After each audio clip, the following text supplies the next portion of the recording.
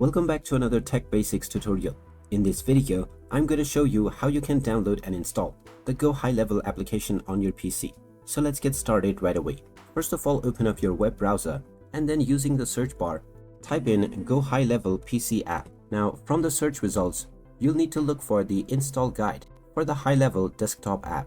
Go ahead and click on it and then click on download links. This will show you the download link for the official version on your OS. So click on the download link alongside your OS and now you can start your download right away. Once the download of the installer is completed, you can open it up and then click through the next buttons to start the installation.